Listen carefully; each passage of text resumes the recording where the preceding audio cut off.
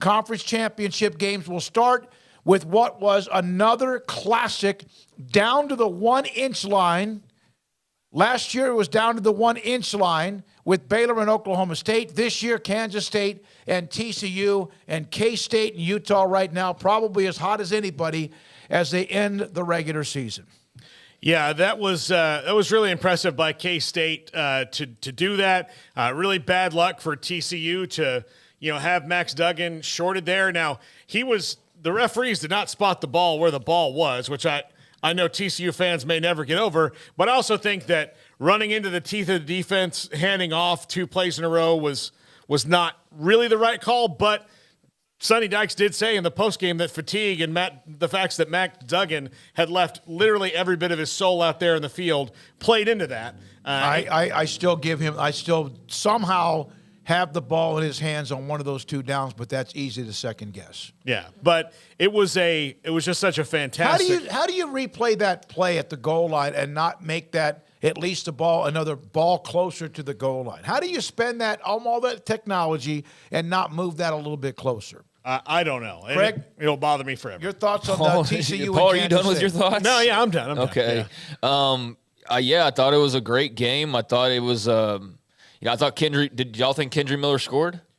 Well, I don't know. I can't hear the whistle. Okay. I think he extended the ball, but I don't know when they said his forward progress, and we surely can't tell on television. Did he get it across? Probably.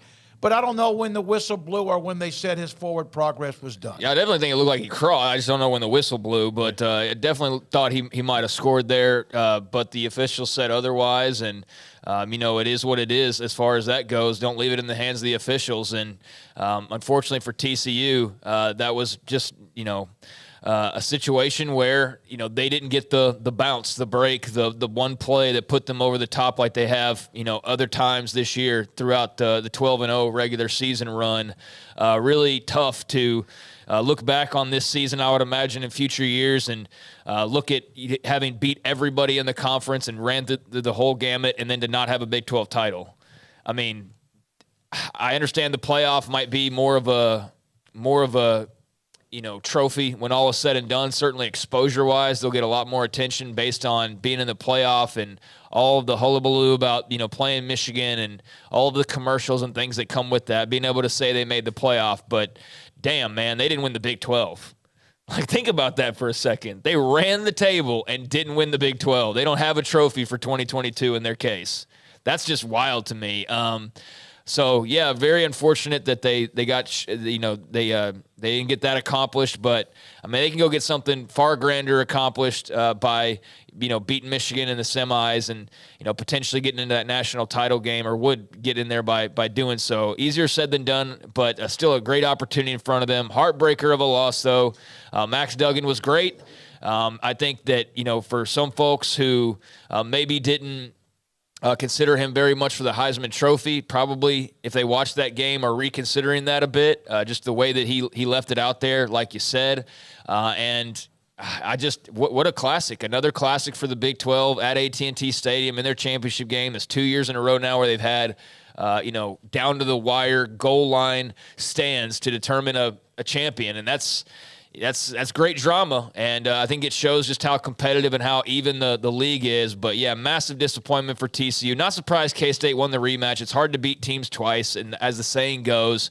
But, man, even still, it took every single inch and ounce and everything that you could imagine to beat TCU. And so I think that they deserve to still be in the playoff, and they got in. And so it works out well for everybody outside of, not getting that trophy to put in the case. And for K-State, incredible year. In an expanded playoff, they'd be in.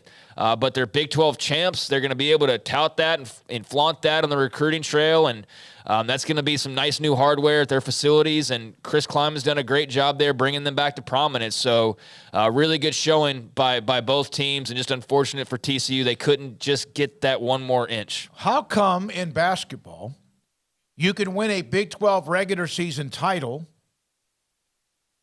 and yet in football, they don't give one of those? Now, I would rather be in the college football playoff than win a Big 12 title. It kind of seems like that's backwards.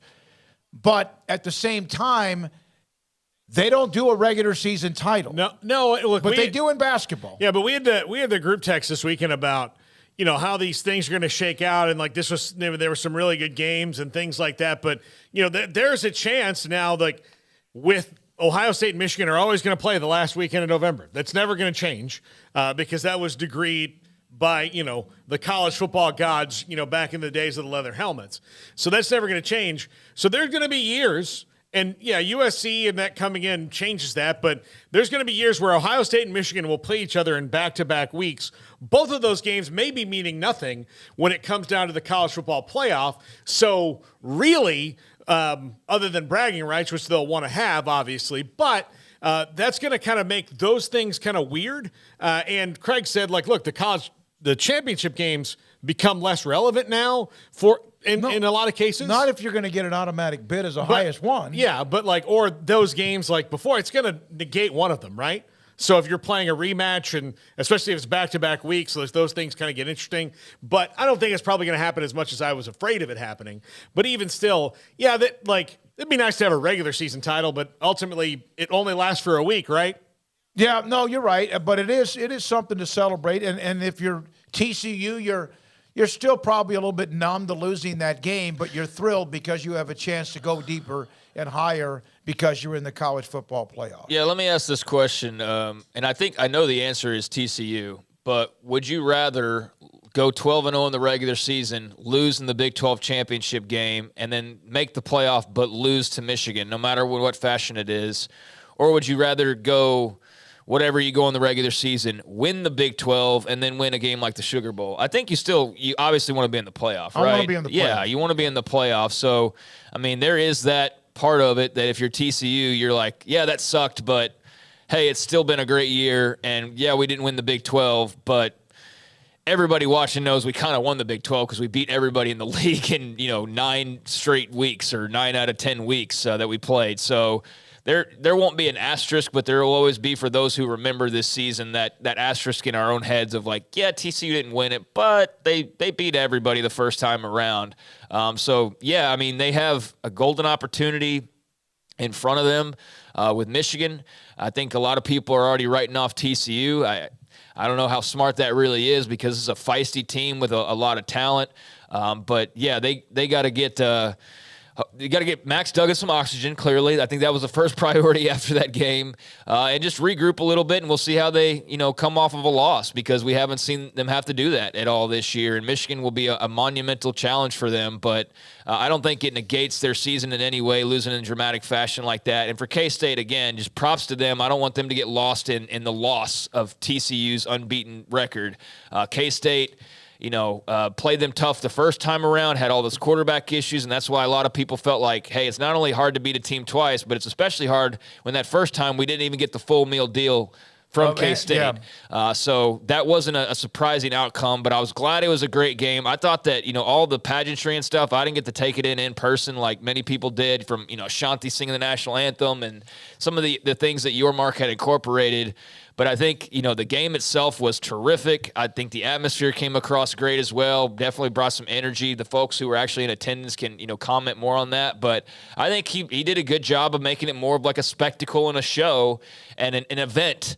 And I think the game, paid off their end of the bargain. And it was a really good Saturday for Brett Yormark and the Big 12. It was, and it was a great Saturday for K-State. It ended up being a great Sunday for TCU. And you wonder, because of the scar that TCU and Baylor suffered in 2014, if you're a TCU fan, even though you probably felt good, you went to bed that night, got up that next morning, and you just never knew if your logo would show up, which it deservedly and earned should have been there, but you just never knew. Seth DeRusso, why is basketball even brought into this discussion in the first place? Because it's an absolute analogy.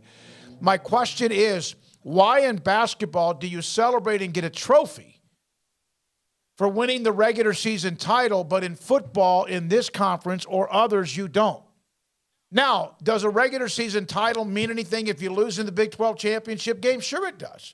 It didn't mean anything to Baylor when they finally won the regular season title that year when they went to West Virginia and won like in double overtime. It was a big deal. Yeah. So, but basketball is just different, right? Semifinals, college football playoff, Big 12 championship game or whatever conference, and then after that, if you did great in the regular season, that probably gets you into the college football playoff discussion. Yeah, so I don't think it was really that complicated of a comment. It's just saying they award regular season and tournament trophies, so I mean, it's not really that big a deal. From Devil Frog, why did TCU's haters always downplay their victory over Kansas State by glossing over the fact that TCU knocked out their star players out with physical play? Here's what I do know, Devil, and anyone else. I do know that if it's a team you like and you hear anything that's a little bit not quite exactly how you want to hear it, you get sensitive. And that's fine. You're a fan of the team. I think we gave TCU a hell of a lot of credit. And I don't know about anyone else. We can't speak for other people. After they came back from 28-10 against Kansas State and knocking players out of the game, that's part of the game. Just like in TCU had Quentin Johnston go out. Just like Utah hurt Caleb Williams. Yes, absolutely. On Friday night. And made a difference in that game. Tremendous difference. Let's see.